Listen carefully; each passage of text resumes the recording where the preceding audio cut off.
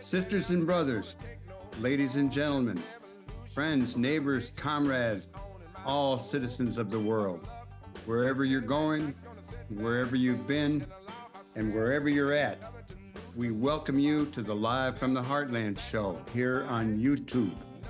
New episodes air every Friday at 9 a.m. Central Time with individual interviews posted throughout the following week.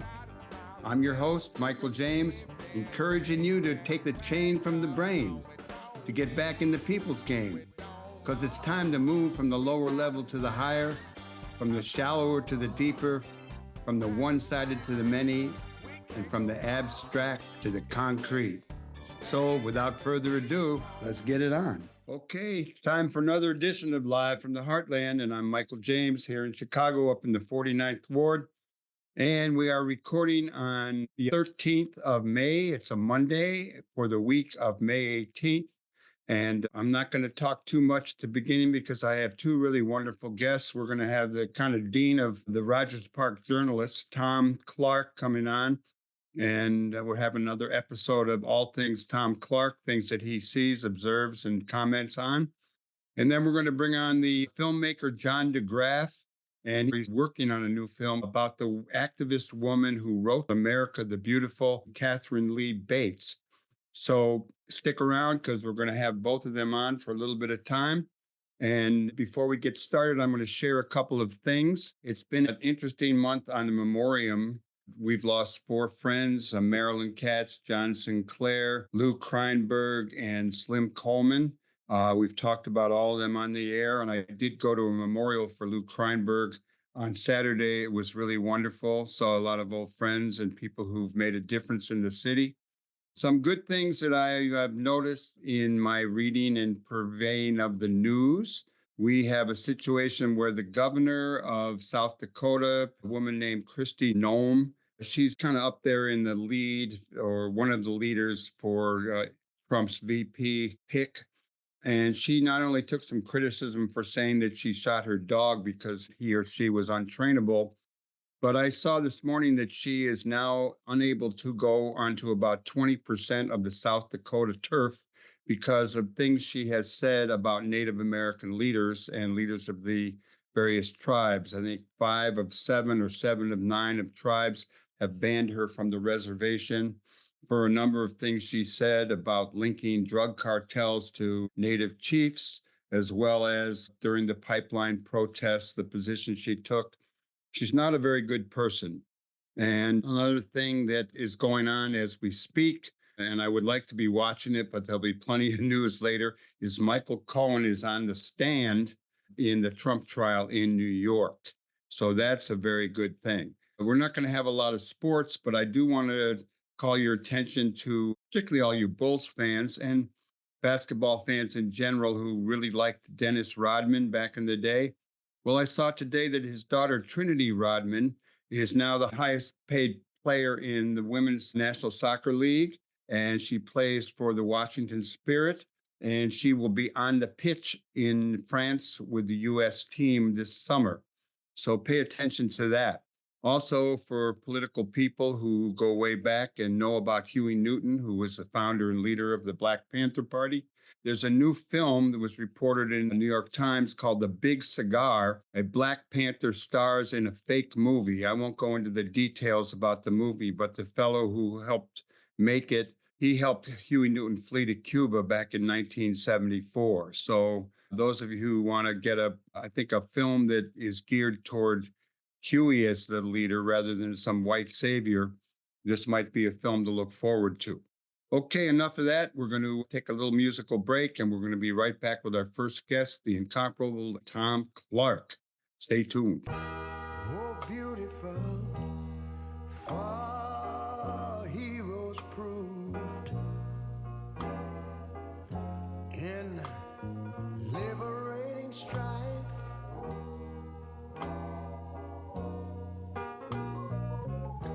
Who more than self their country loved,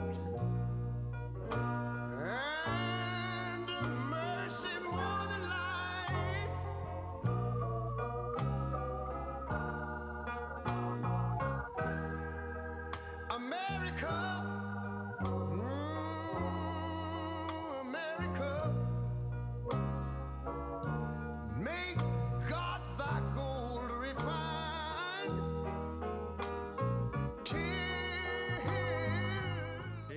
back to Live from the Heartland for the week of the 18th of May, and we are recording it on Monday. And I'm really glad to bring on one of our producers, sometimes a host, Thom Clark, who's been coming on every month and giving us a roundup with his perception, opinion, understanding of events going on. And I had the honor of riding with him to that aforementioned memorial for Lou Kreinberg on Saturday. And one of the things that Thom told me about then, and it's pretty exciting, was some awards that Chicago journalists got. So let's start off with that, Thom. Talk about great journalism here in Chicago. Well, it's sort of insider news, but it was a heavy week for nonprofit news outlets in particular in Chicago. The week began with Invisible Institute and a couple of other South Side media outlets winning a Pulitzer Prize, which is like the granddaddy of all of them. It's like getting an Oscar for journalism. But not to be outdone, the same story won a Peabody later in the week. And then on Thursday night, the investigative project on race and equity, which, as you know, I've been working on the last 3 years, won the prestigious BGA, Better Government Association, Driehaus Investigative Reporting Award for the year. And on Friday night, we won 3 Lissagores.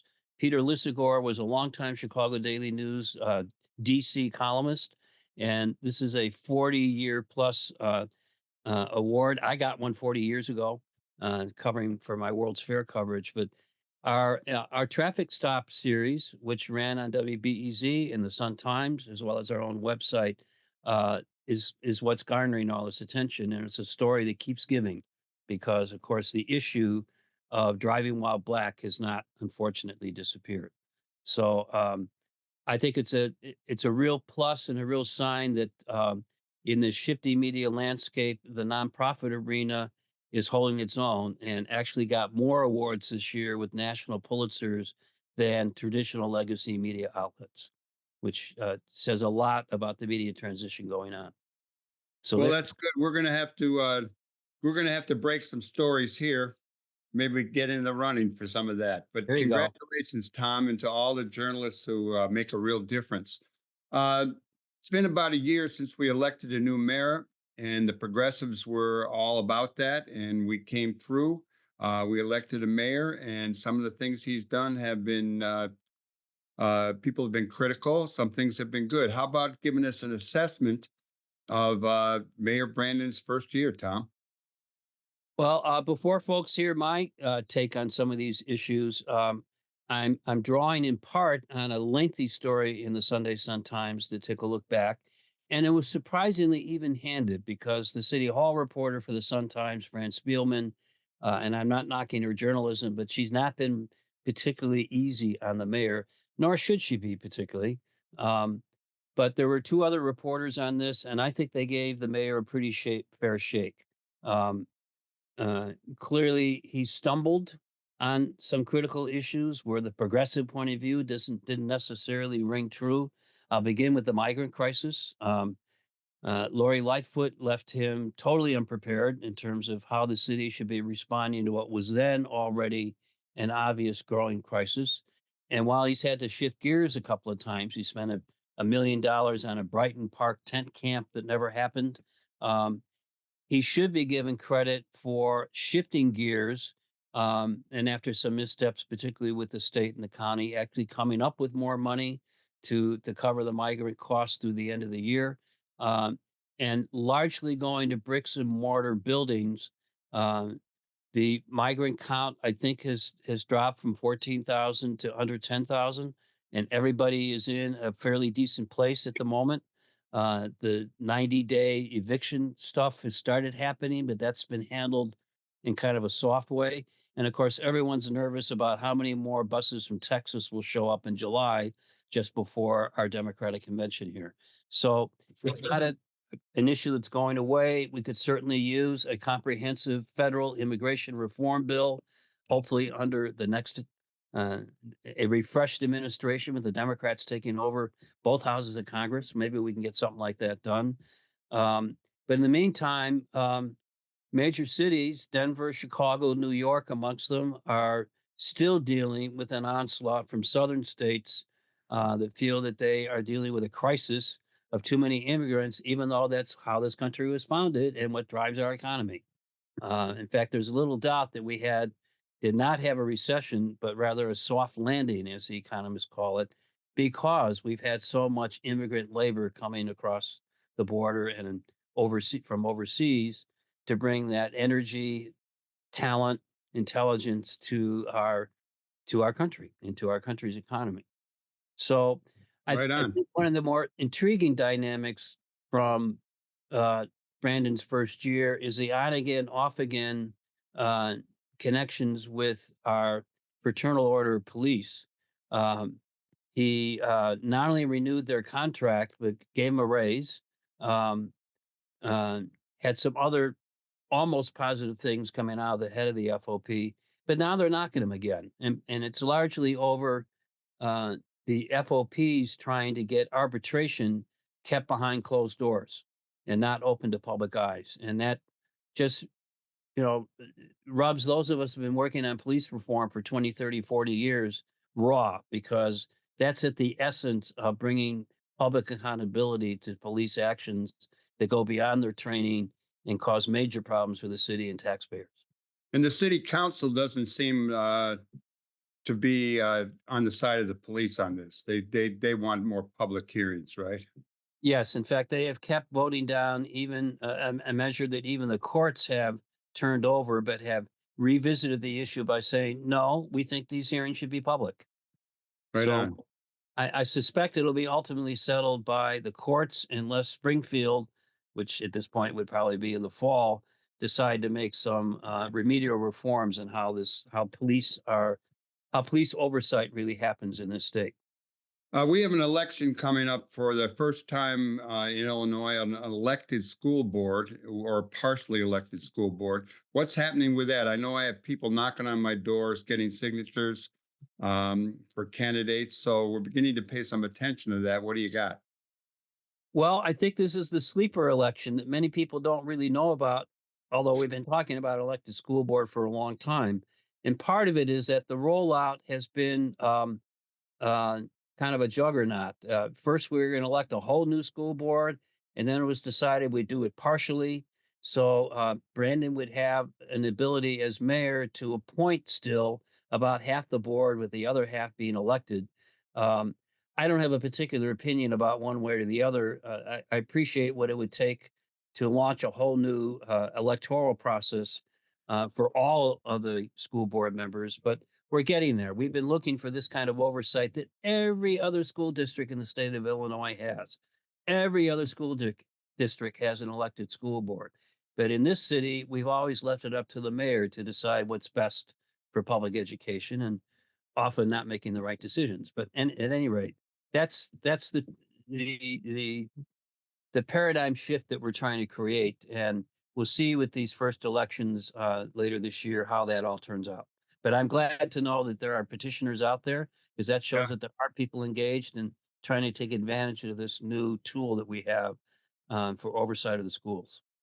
Tom, let me ask you one of the things that we all worked on, and in our ward, in the 49th ward, we had 73% of the voters be in favor of the Bring Chicago Home resolution that would have created a fund of money from transfer tax on buildings over $1 million to go toward homelessness. Now, we lost that vote. There was a lot of big money came in from real estate interests. What's the aftermath? Because we still got homelessness. It's rampant in our city and around the country.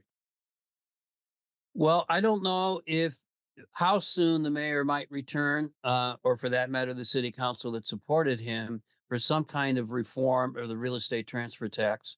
Um, but I suspect the real reason it lost is that it turned into a referendum on the mayor that had actually very little to do with the Right. underlying issue. The real estate industry did spend a lot of money defeating this thing, mostly spreading lies. They were successful in framing this real estate transfer tax, a one-time assessment when you sell your building, as a property tax increase, which it's not. It's not a property tax. It's a transaction tax. It's much like a sales tax. When you buy something at the store, whether it's groceries or a new car, you pay a sales tax to help pay for government services. Well, in this particular case, it was raising the real estate transfer tax on buildings worth more than $1 million so that we could have a permanent fund for homeless issues and for affordable housing. I don't think the mayor explained the program particularly well to gain folks that were more influenced by the real estate industry. Everybody hopes they're going to have $1 million home someday. Most of us don't. This law would not affect us. In fact, most of us would have gotten a reduction in the real estate transfer tax that once in a lifetime for most of us selling of a building, selling of a home. This was really aimed at developers who turn and churn. And I think that's a good place to get money for the homeless. So I'm sure we'll come back with some form. The Coalition for the Homeless is certainly not going to give up on it. But I think there needs to be some even more organizing and probably some more money raised to offset the power of the real estate industry the next time it comes up. He has gotten some play for redoing some debt to create a $100 million fund for affordable housing initiatives. This is a little bit different than the homeless programs. But if this gets through, it's a very significant increase in available financing for affordable housing, mostly coming from unexpended TIF funds. The mayor would like to get away with, do away with TIFs altogether, tax increment financing. But in the meantime, several TIF districts are coming up for renewal. The money's not needed for those districts, so he wants to capture that and use it for affordable housing development in other parts of the city. Let's talk a little bit about the mayor and his relationship with the governor. They seem to cross paths, different positions on the Bears building a new stadium on the lake. We hope they get in sync, and wanted to include in this a little bit about the coming Democratic convention. So there are three issues in there. The personal relationship between our two top political leaders. I don't want to leave Tony Preckwinkle out of the picture because she certainly is in the mix there. Um, but clearly there's been some rocky stuff, and I don't know if that's because Brandon doesn't have the right lobbyists deployed in Springfield to understand what's going on.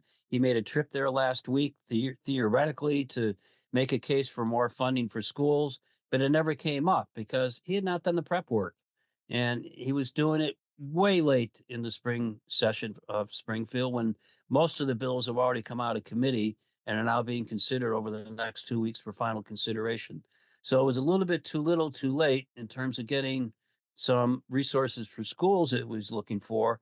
He may have mended some other fences in the 2 days he was down there, but I think as Jeanette Taylor, the alderwoman who warned us a few months ago that maybe we're good organizers, but not particularly good administrators of government, or that we weren't ready for prime time. I'm afraid that might be showing up on more issues a little bit, and it's a thin bench. I don't think that Brandon has been able to bring enough of his own people in because he's been very slow to make critical appointments. Although the ones he's made have been pretty much lauded and accepted. And one of the more recent ones that I'll just note is that the new head of the Department of Planning and Development is a savvy real estate developer, and she's an African American woman who's well known in those circles. And I think this was a great find to find someone to replace what had also been a great commissioner of planning and development before her. So um, I'm encouraged by some of the moves he's making. It's just some of these things should have happened after the first couple of months, not a year later.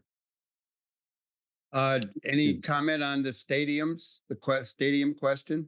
Not one thin dime. That's about all I feel the need to say. That's good. I'm surprised at the position that Brandon's made on this, but he may have decided he has nothing to lose to show that he's in favor of trying to keep the Sox and the Cubs. I just don't want him to spend one thin dime.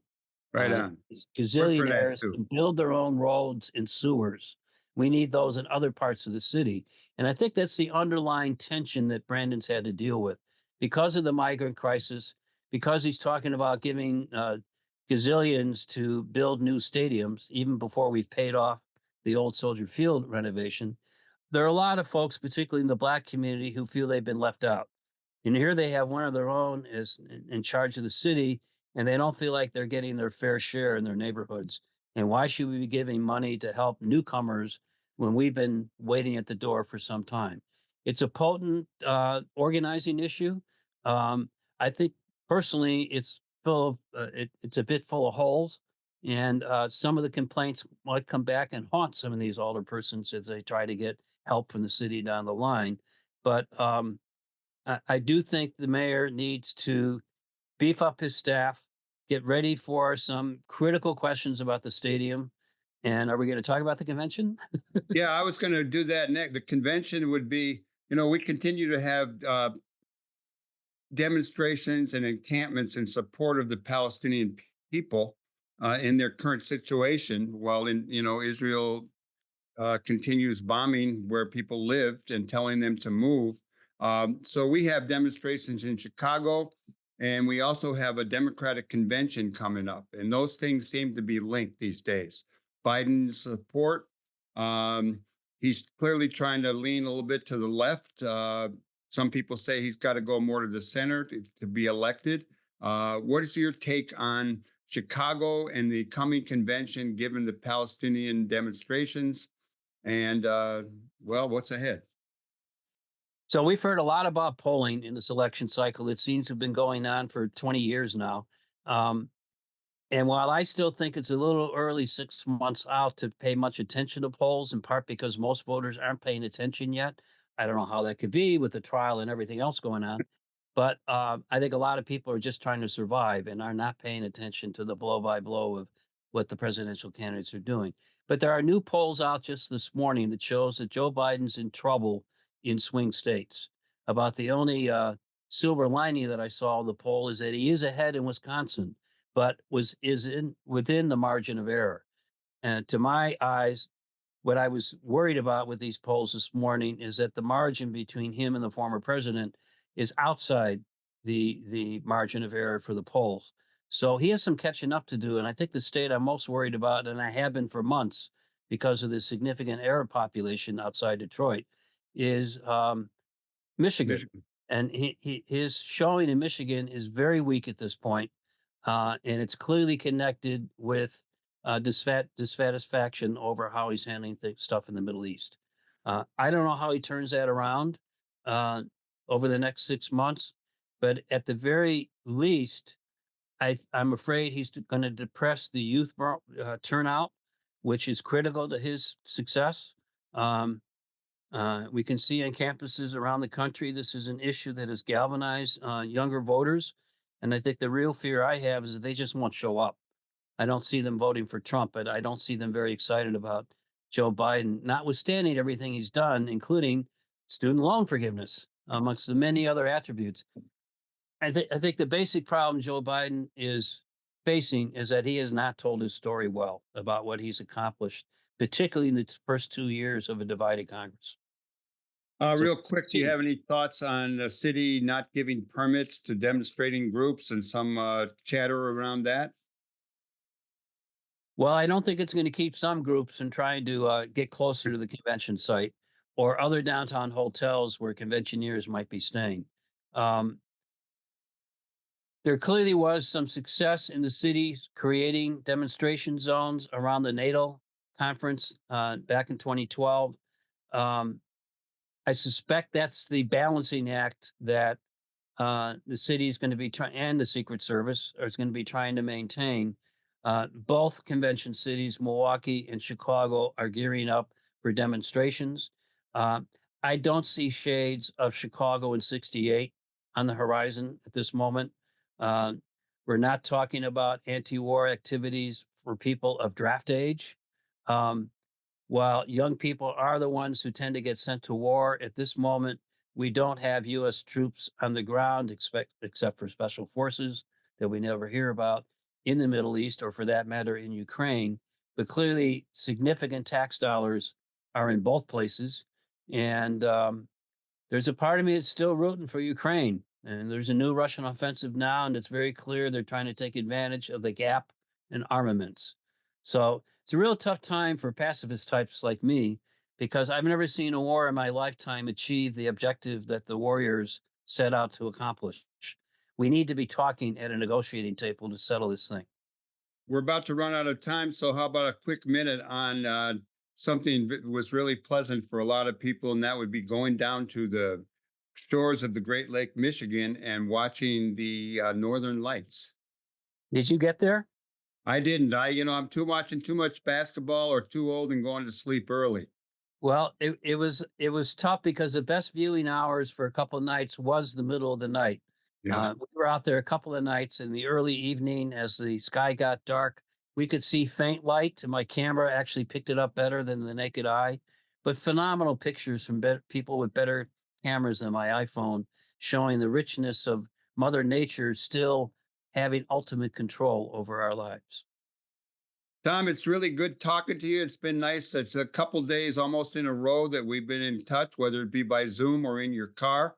And we'll have you back next month, and I'll see you before then. Thanks a lot. Great to catch up. Take care. Right on, brother. And everybody else, stay tuned here on the left end of your dial or however you're getting the show. And we're going to take a musical break, and we're coming back with the filmmaker John de Graaf. And he's talking about a new film he's got in the works. And we'll hear more about it in just a minute. Beautiful for spacious skies, for amber waves of grain, for purple mountain majesties above the fruited plain.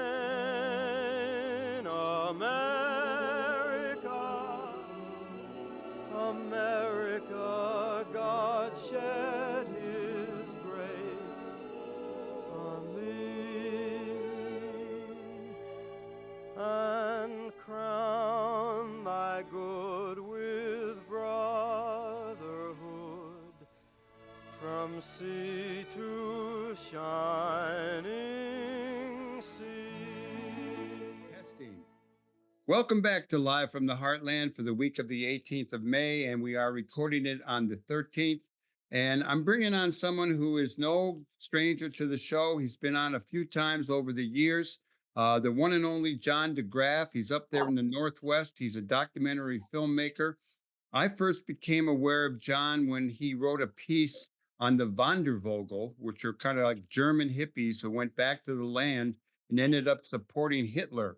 And he wrote that, I think, for the Coevolution Quarterly, something we read back when it was produced. And we've had him on more recently when he talked about his film, The Politics of Beauty, about Stuart Udall, the former Secretary of the Interior. And I think you were making a movie about David Brower, the environmentalist, who I remember meeting at the Heartland Cafe. And that led to your movie about Stuart Udall. But now you have another film in the works, and I don't think it's done yet, but it sounds great. It's called America the Beautiful, and it's the untold story about Katharine Lee Bates, who wrote the tune. So good morning to you, and I hope Good you're morning. good. And tell us a little bit about what you're working on. Sure. Yeah, the film's actually called Loyal to the Truth, Katharine Lee Bates and the Story of America the Beautiful. But that doesn't matter. The Kickstarter campaign's called America the Beautiful because we wanted to draw people's attention. But the film has a slightly different title. And yeah, you're right about all that. One little thing, though, the Wandervogel actually didn't, most of them did not go to Hitler. Most of them didn't. They were repressed and fled the country and did other kinds. But some of them did become Hitler Youth. So unfortunately, that was the case. In any case, they were crushed, and it was a sad thing because they were very much like our own counterculture of the 1960s and 70s. So the new film is about a remarkable woman and the untold story behind the song America the Beautiful, because everybody loves that song, but people love it for different reasons. And most people think it's just a sort of rousing, patriotic, rah-rah America anthem. And it's really anything but. Yes, it's a patriotic song. It celebrates the beauty of the country, but it mostly says America has some really big flaws that we need to correct. And until we correct those flaws, we will never live up to our ideals. It was written in 1893 during the Gilded Age, and it has a strong criticism of the division of wealth between rich and poor. America, America, may God thy gold refine, till selfish gain no longer stains the banner of the free. It's a critique of American imperialism in the Philippines, in the Spanish-American War. America, America, God, mend thine every flaw, and confirm thy soul in self-control. This is about staying one country. So it's really about making our country the best country that it can be. It's not anti-American in any sense. It is that in that way patriotic, but it says we are not living up to our ideals, and until we do, we will not match the beauty of the country.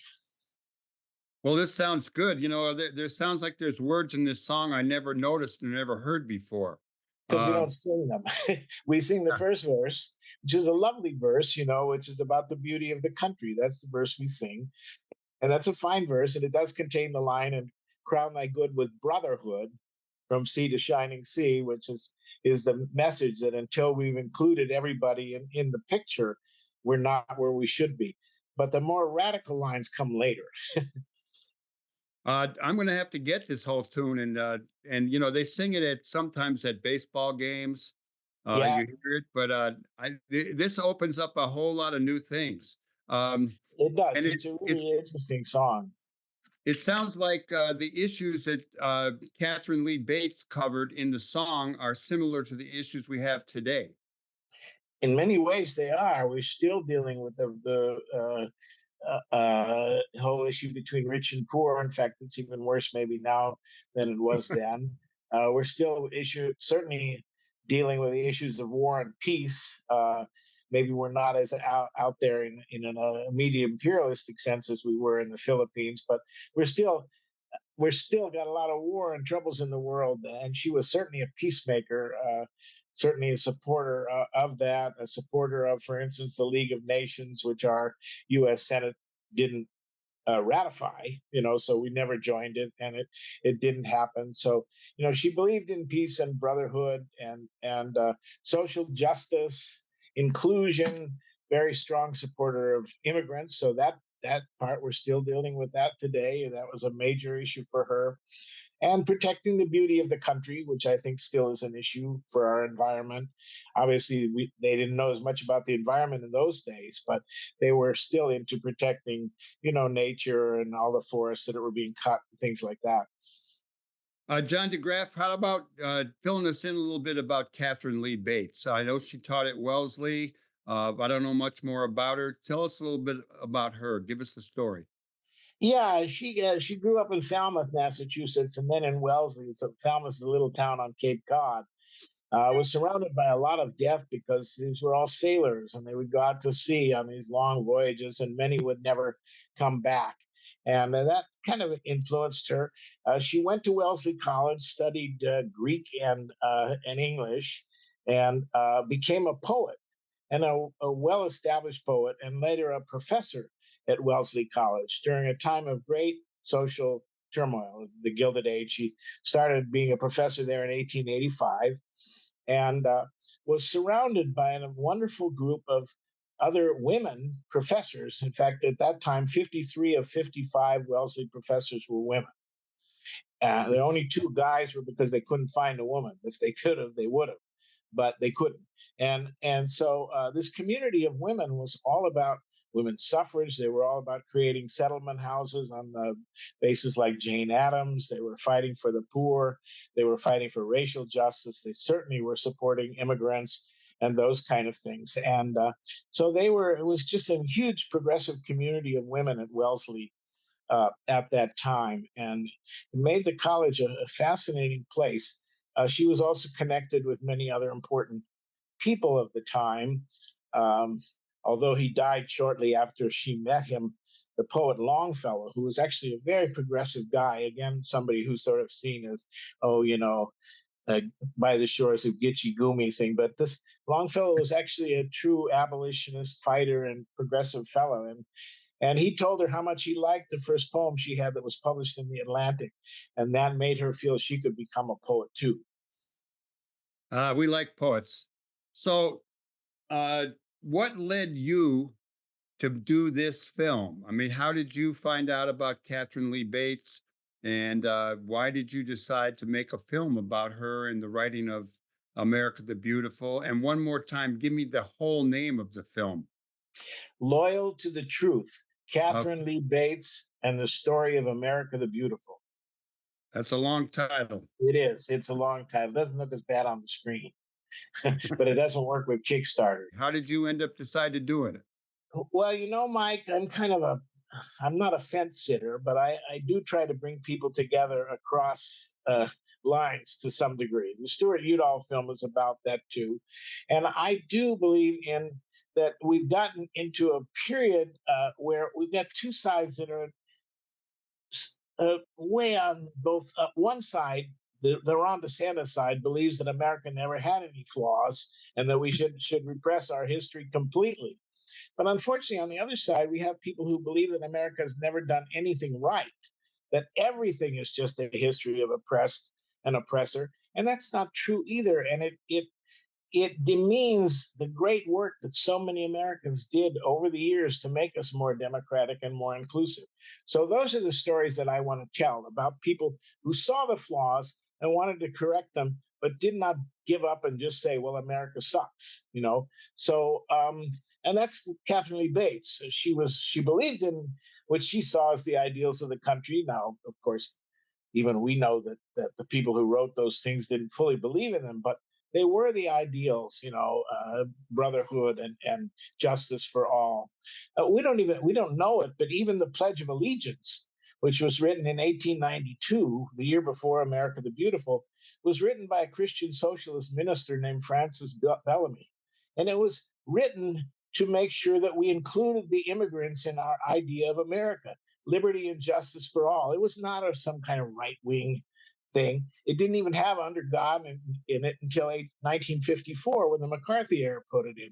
So we have to remember we've got those good things in our history, and we shouldn't let the flag and all those things be simply taken over by the people who don't believe in those ideals. What gives you story helps that. What gives you optimism? It's hard to be totally optimistic. No, I'm in agreement with you about. I'm not a Pollyanna, but it does give me optimism to feel that these kind of stories do touch people. And I hear with the Stuart Udall film now, we've shown that well over 100 times. We've shown it in 24 states and 5 countries. I just recently showed it. An invitation, all expenses paid at the Sorbonne in Paris. So even the French, lucky guy. Even the French like it. Yeah, so it was kind of cool. And what I find is that people like in it the idea that, there are some neat things in America's past and they get excited. And I've even heard from people who were, on the other side of the fence, certainly politically from me, but who say, I like this movie. This movie gives me hope and makes me think we can come together as a nation. So that kind of thing fills me with hope. I think the idea that beauty can bring us together in some ways also, I gave a speech on that at the Sorbonne. So that also fills me with hope. Well, I saw a quote from you that said, the fight for beauty is essential for well-being. And I don't know if that's from your Sorbonne presentation or that's something you said elsewhere, but I really like that saying. And why don't you share a little bit of your thinking on that? Yeah, that was the title of my speech at the Sorbonne. And I looked at that about how, because it was a conference on how do we measure well-being. It was a European Union conference and the Europeans are way ahead of us in trying to find other ways to go beyond GDP and all that stuff and measure well-being. And one of the things that I was arguing is that they need to include some kind of look at beauty as one of the factors in our communities and everywhere else that makes us feel better about life. And the studies show that that's clear, that people who live in what they consider to be beautiful or somewhat beautiful surroundings report on balance 20% higher happiness or well-being than people who believe they live in an ugly or ordinary surrounding. So we see that people who live with a lot of greenery and parks, and Chicago has a great place for parks and all that. We're the happiest people around. Yeah, have greenery and parks and have architecture that's human-sized and not all just these big towering boxes and stuff. That people in those situations are not only feel happier, but when you take their blood, you find that their cortisol levels are lower. There's less stress. And so they are happier. So it's something we can think about, that if we put money, I'm advocating what I call a beauty new deal. And I'm in favor of a Green New Deal too, because I'm a strong environmentalist. But I think a Beauty New Deal, which would be about hiring lots of people and stuff to restore the balance of nature, to create more parks, more green spaces, to do those kinds of things. I have a whole list of things, and they slip my mind right this minute. But I think a Beauty New Deal is something that would appeal to Americans across the political spectrum. I have found that conservatives and liberals both love their gardens, and conservatives and liberals both love their national parks. And they may whine about the government, but you find plenty of Republicans at the national parks. Well, maybe you want to make a movie about Lady Bird Johnson too. Well, I sort of did. The Udall film has a lot about Lady Bird Johnson in it. Yeah. She was quite remarkable, really. Yeah, no, she was. I find myself trying to bridge the gap. I mean, I definitely have been on the left side of things for a long time, but I also kind of always rooted for all the people and wanted to have ways you could bring folks together. And I like that you do that too. It's not an easy time to do that. Uh, No. what is your sense of the population these days? I mean, you're living up in a blue state.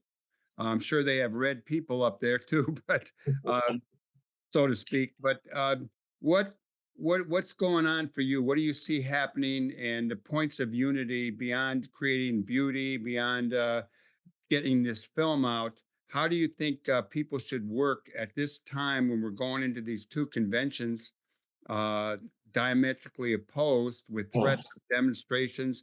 I was pictured trying to tip over a paddy wagon back in '68. And there was no way we were for Lyndon Johnson or Hubert Humphrey or any of that kind of stuff yeah, at that time. I But know.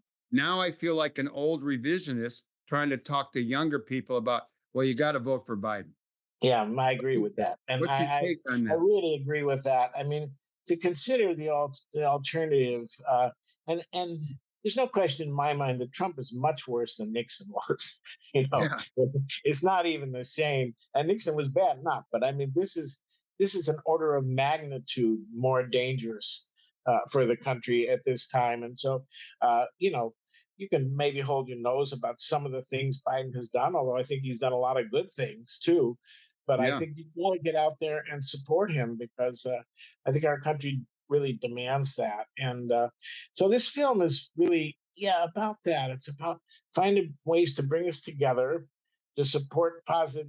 But Katharine Lee Bates, for example, it was interesting. I mean, she was very much a reformer, but she was kind of careful about how she operated. So an interesting story related to that is the Lawrence textile strike of 1912, which was a kind of a fairly violent strike. And there were teachers from her department. She was the head of the English department at Wellesley, who went up to Lawrence and joined the strike. And a woman named Vida Scudder, who was a wonderful radical leader, gave a fiery speech at the Lawrence strike, and then got arrested. And then suddenly, it's kind of like today, the trustees were threatening to cut money from Wellesley as a result. And the trustees told Catherine that basically that she should fire Vida. And Catherine considered that and almost did it because she was so concerned about Wellesley. But she talked to Vida and she said, Vida, I believe in what you're about. I think, what you did risked the college and stuff. So I think you have to be careful. But, if you make a little apology and just say you believe in what you did, but maybe you went a little bit too far, I think the trustees will accept that.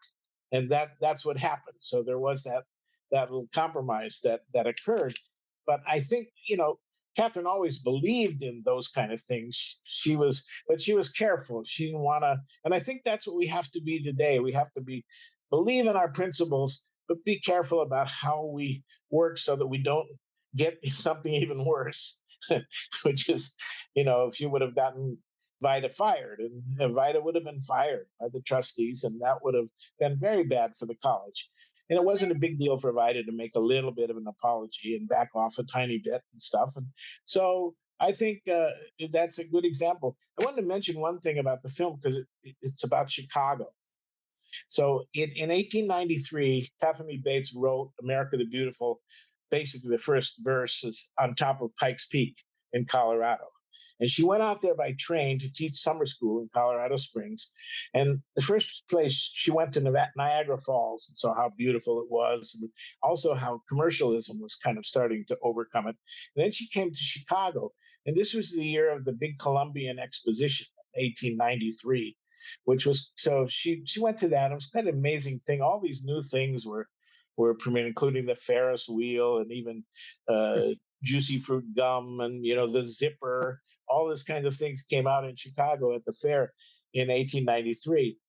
But it was a beautiful place, with all. And so the last verse of her song talks about that. And it says, America, America, thine alabaster cities gleam, undimmed by human tears. Well, that's a direct reference to the Chicago city, the city of marble that was built there. It doesn't mean, it's not about whiteness or race, anything like that at all.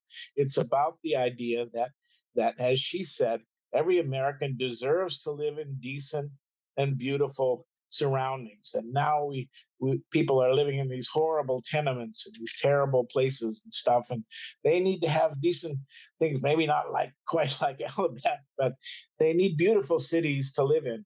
And this was connected also with a movement in America at that time called City Beautiful, which believed in the same thing, that American cities needed to be beautified, that we needed lots of parks, all those kind of things.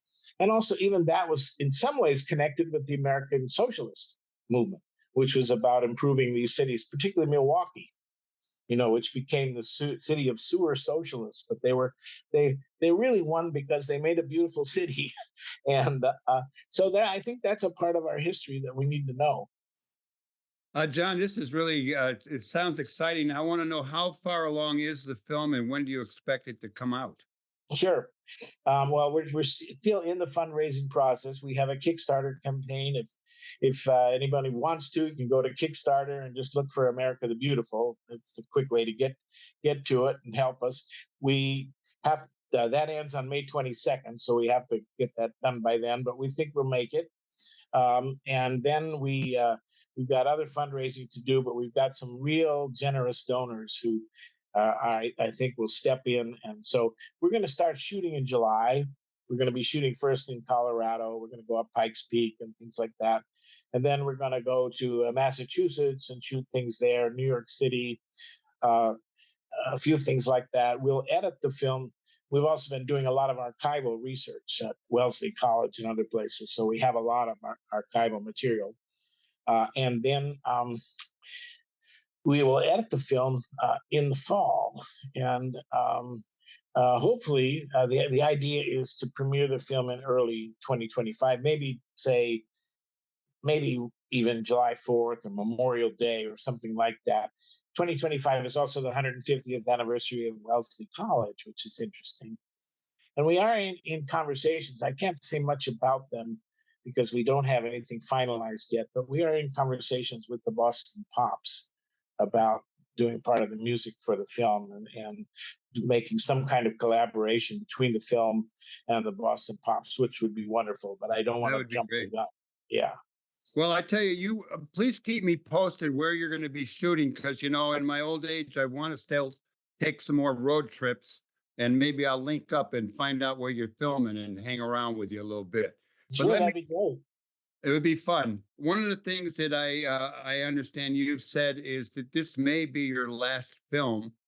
So how about telling us a little bit about any films you've made that I don't know about? And maybe a little bit, we got a couple minutes, where you come from, how you got into the film work.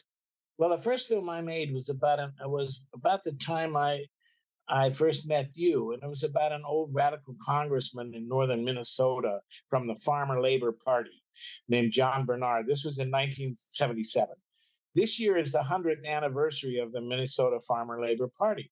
So believe it or not, I have been invited back to Hibbing, Minnesota, to the Iron Range on June 22nd to show my very first film to a big event celebrating the Farmer Labor Party.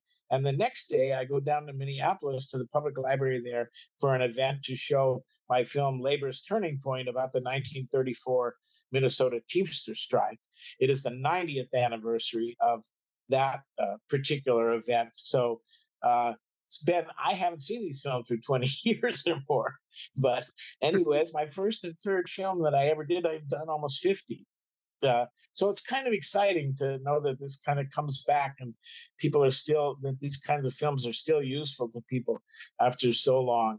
Most of my films have been environmental, have been social justice, have been things like that. And I don't know, I said Udall would probably be my last film too, and I'm saying it about this one. I do feel a little tired with the travel now. So I may devote more time to just a lot of writing, which I'm doing too. You're a good writer. Well, thank you very much. Well, where did you grow up? Just so I know, get a little info on you. Minnesota? San Francisco. No, I came to Minnesota. I was a freshman at Cal Berkeley in 1964, the year of the free speech movement. I was a graduate student at my first year at Berkeley when I got busted in '64. Yeah, so we were there at the same time, but I was pretty ignorant of all that stuff. I did join the demonstration, but I had no idea what the issues were, and I did not get arrested. But then I left school, and I joined VISTA, the Domestic Peace Corps, the first year of its existence, and they sent me to an Indian reservation in northern Wisconsin called Bad River. And I spent 2 years there and then went back to school in Wisconsin and spent 14 years in the Midwest. Well, John de Graaf, it's really great talking to you. And I look forward to doing it again for however many films you continue to make. We'll keep having you on the show. And I really would love to link up with you when you're out in the field shooting, maybe Pikes Peak. Yeah, it'd be fun. Yeah, that'd be fun. Okay, give us one more time the title of the film and how people can read about you or the film. Well, the title is Loyal to the Truth, the Katharine Lee Bates and the Story of America the Beautiful. And people can go to the Kickstarter campaign, America the Beautiful, and they can watch a trailer, 4 minutes of the film to get a sense of who she was. And thank you, Mike. It's always great to catch up with you. You're doing great. So we're running out of time. I want to thank everybody who made this show possible. Certainly our engineer, Hal James, our two guests, John de Graaf and Thom Clark, our producers, Thom Clark, Katie Hogan, Lynn Orman. And once again, I encourage you all to do good in the world because the world needs all the good that you do, that I do, that John does. Together, we can make a difference. So keep at it. We got nowhere else to go. Over and out. See you next week.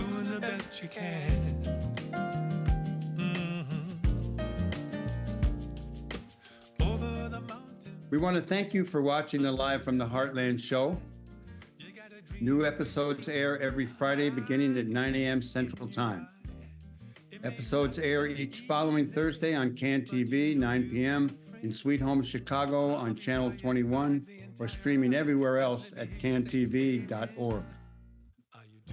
Audio episodes go live on WLUW each Saturday, 9 a.m. on the left end of your dial at 88.7 FM or streaming everywhere worldwide at WLUW.org. They're available on Apple and Spotify podcasts by looking up Live from the Heartland on either platform and are also broadcast on Lumpen Radio each Friday at 9 a.m. on 105.5 FM and streaming at lumpenradio.com. I'm Michael James, and I'm glad to have been your host. Until next time, remember, do good in the world because the world needs all the good that you do, that I do, that we do together. All power to the people. Over and out. Gone too limp. Are you doing the best you can? Tell me, are you doing